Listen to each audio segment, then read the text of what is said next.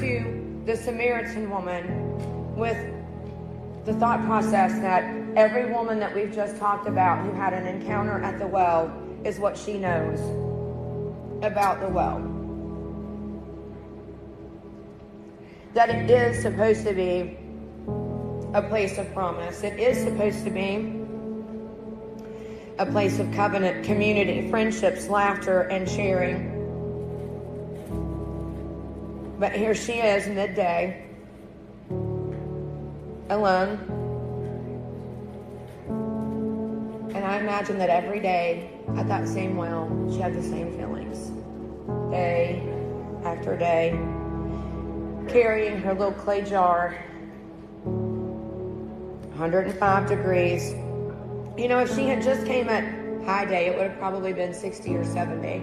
If she had came in the evening, it would have been about the same. Can you imagine the shame, the guilt, the loneliness, the desperation that it would take for her to be in 105 degree weather?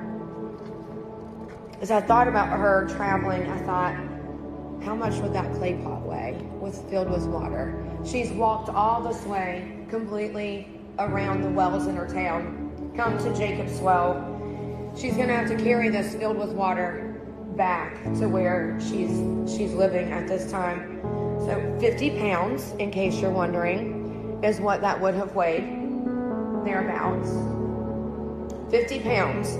So she's not only there in the heat of the day, she's going to carry either the 50 pounds on her shoulder or on her head, completely out of the way, all the way back.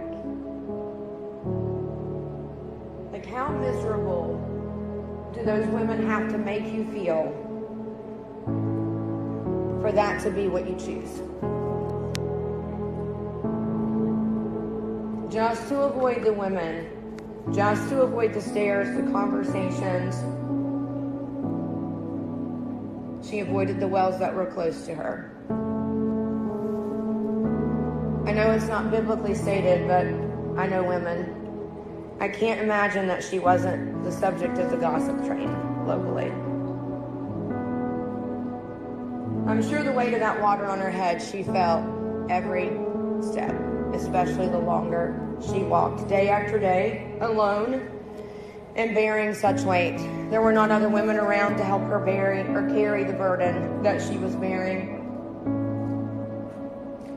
Whenever I was writing this out, I felt like there was somebody here today that feels the heaviness of that water pot. Maybe you've carried that burden on your shoulder or on your head mentally, in your thoughts, how you see yourself, your circumstance, your situation, maybe even something that you've done that you're walking in unforgiveness for yourself for. But I felt sure that today you need to know that God sees you. Your loneliness has caused your discernment to be off, and what He has for you is not a spring, it's a well. So Jesus says to her, "Give me a drink of water." She replies, "How is it that you, a Jew, are asking water of me, a Samaritan?" You know, I can't tell from her tone if she's just frustrated because yet there's another man asking something of her and she just came to the well to be alone.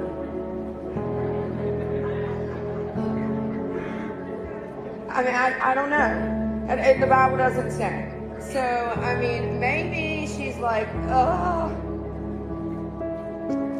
Or maybe she sees her own brokenness and she feels some sort of way about herself being a Samaritan, a partially at least Gentile woman who has a man. She's likely uncomfortable, right, with men. She's been married 5 times. The man she's with is not her husband. She's been discarded, left alone,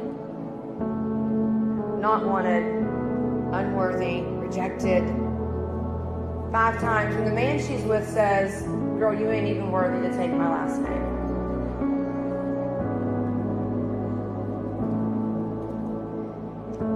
I'm sure this is not how she imagined it. Jesus is so out there. Like, He broke all cultural norms.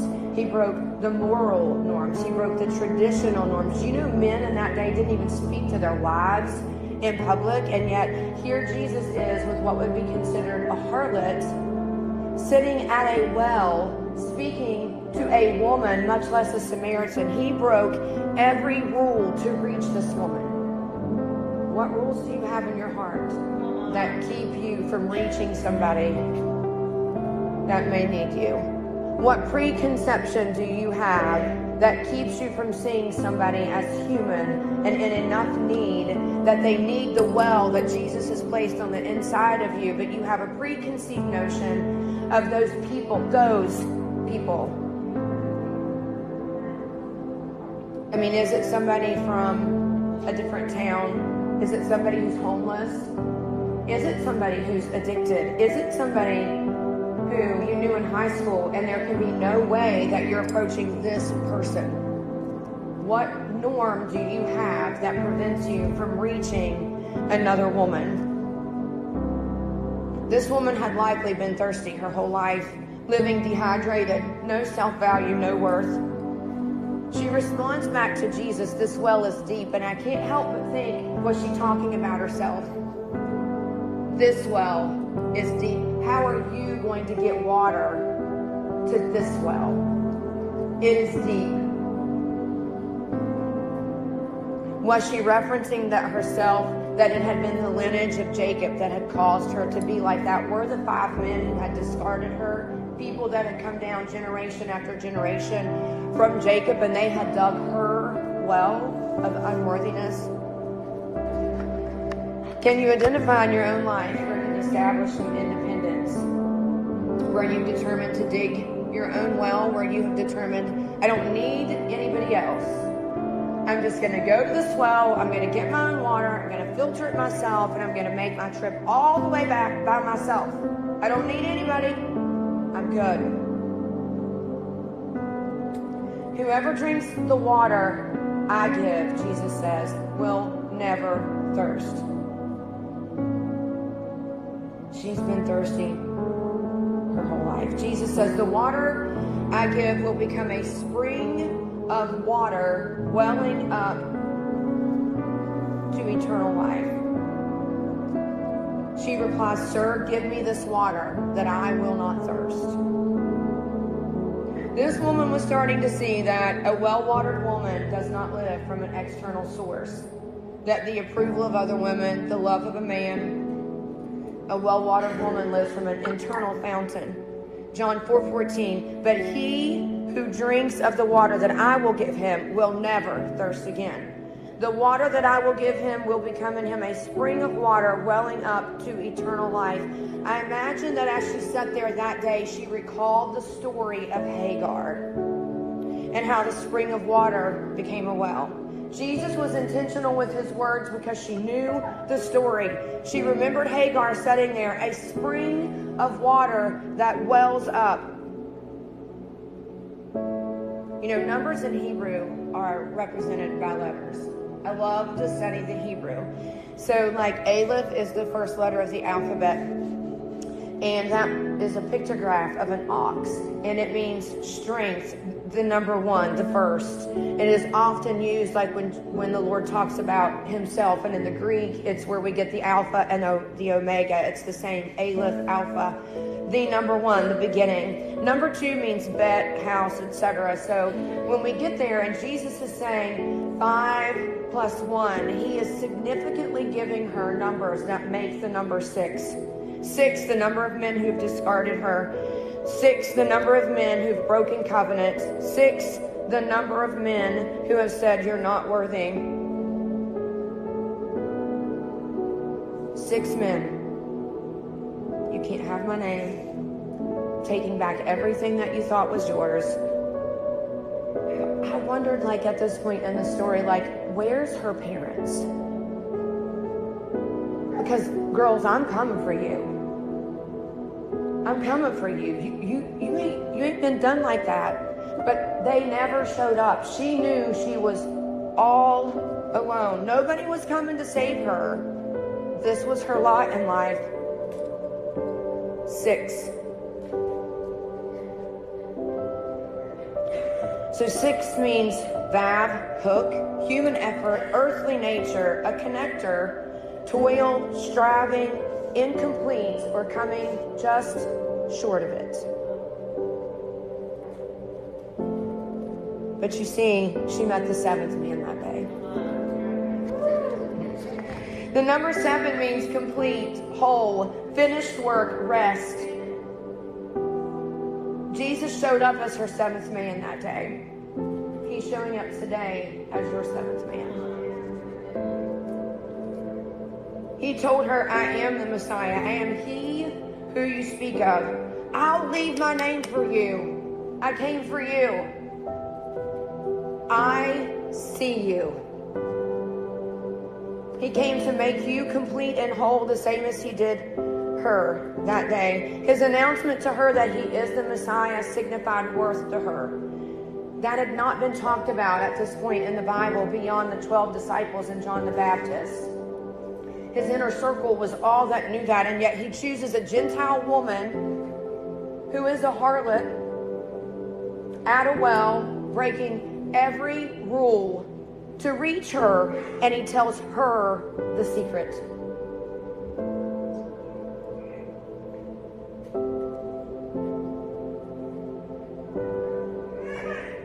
She brought that jar of clay with her that day because she thought she knew what she needed, when in fact,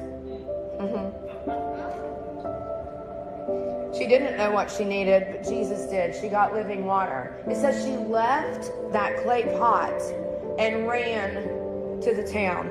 Do you know what she said? Come see a man. Come return the gaze of the one who sees you. Come see yourself like Jesus sees you. Come see the man, just like Hagar. I see the one who sees me. Come see a man. Her discernment had changed.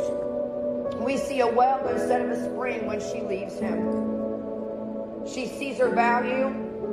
She sees her worth. She ran back to the very people she was avoiding. The very people that she was avoiding in the middle of the day, 105 degrees outside, and she takes off running to go see the very people that she knew had talked about her, the very people that she knew had gossiped, the very people that didn't see her value, because she saw herself in the reflection of Jesus's eyes, and she was changed. It didn't matter what anybody else thought, but she knew they needed to know the Messiah is here. Come see yourself like he sees you. The interruption of the journey wasn't just for the woman at the well. Jesus knew that Samaria needed to be reached. He decided beforehand to, on purpose, intentionally use this woman, the discarded, the harlot, to reach all of Samaria, to let them know the Messiah has come.